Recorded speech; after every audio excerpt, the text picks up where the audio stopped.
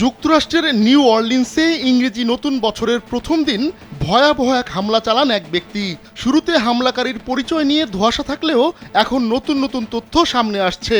ওই ব্যক্তি নাকি একাই হামলা চালিয়েছিলেন, এমন তথ্যও দিচ্ছেন মার্কিন কর্মকর্তারা।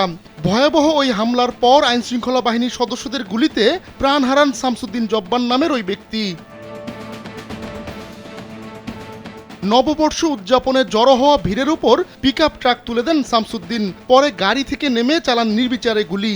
এতে 14 জন নিহত হওয়ার পাশাপাশি আহত হন অনেকেই। মার্কিন কর্মকর্তারা বলছেন আরও বড় পরিকল্পনা ছিল শামসুদ্দিনের। পরিবারকে হত্যা করে আইসিসি যোগ দেওয়ার মতো পরিকল্পনাও ছিল মার্কিন সেনাবাহিনীর সাবেক এই সদস্যের। স্যান্ডেলিনা সো, রূপচর্চায় আভিজাত্য। শুরুতে ভাবা হয়েছিল শামসুদ্দিন অবৈধ অভিবাসী ছিলেন, আর তাই যুক্তরাষ্ট্রের প্রেসিডেন্ট নির্বাচিত ডোনাল্ড ট্রাম্প ঘেঁষা কর্মকর্তারা সীমান্ত সুরক্ষিত করার আওয়াজ তোলেন। পরে জানা যায় 42 বছর বয়সী শামসুদ্দিন জন্মগতভাবেই মার্কিন নাগরিক। তিনি টেক্সাসে জন্মগ্রহণ করেছেন। এমনকি মার্কিন সেনাবাহিনীরও সদস্য ছিলেন তিনি। কর্মজীবনে 1 বছর আফগানিস্তানেও কাটিয়েছেন শামসুদ্দিন। চুপচাপ থাকা শামসুদ্দিন যে এমনটা করতে পারেন তা মানতেই পারছে না তার স্বজনরা। জর্জিয়া স্টেট ইউনিভার্সিটি থেকে কম্পিউটার ইনফরমেশন সিস্টেমে স্নাতক ডিগ্রি অর্জন করা শামসুদ্দিন মার্কিন সেনাবাহিনীতে 2007 সালে যোগ দেন।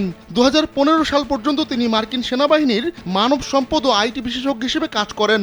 চাকরিচ্যুত হওয়ার আগে 2009 সালের ফেব্রুয়ারি থেকে 2010 সালের জানুয়ারি পর্যন্ত আফগানিস্তানে মোতায়েন ছিলেন শামসুদ্দিন।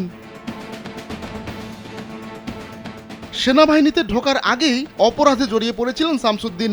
টেক্সাসে 2টি মামলায় গ্রেপ্তার হন তিনি। 2002 সালে চুরি ও 2005 সালে লাইসেন্স ছাড়া গাড়ি চালানোর জন্য তিনি জরিমানা ও প্রবেশন পেয়েছিলেন। জানা যায় শামসুদ্দিন 2বার বিয়ে করেছিলেন। তার প্রথম বিয়ে 2012 সালে বিচ্ছেদ হয় এবং দ্বিতীয় বিয়ে 2017 সাল থেকে 2022 সাল পর্যন্ত স্থায়ী ছিল।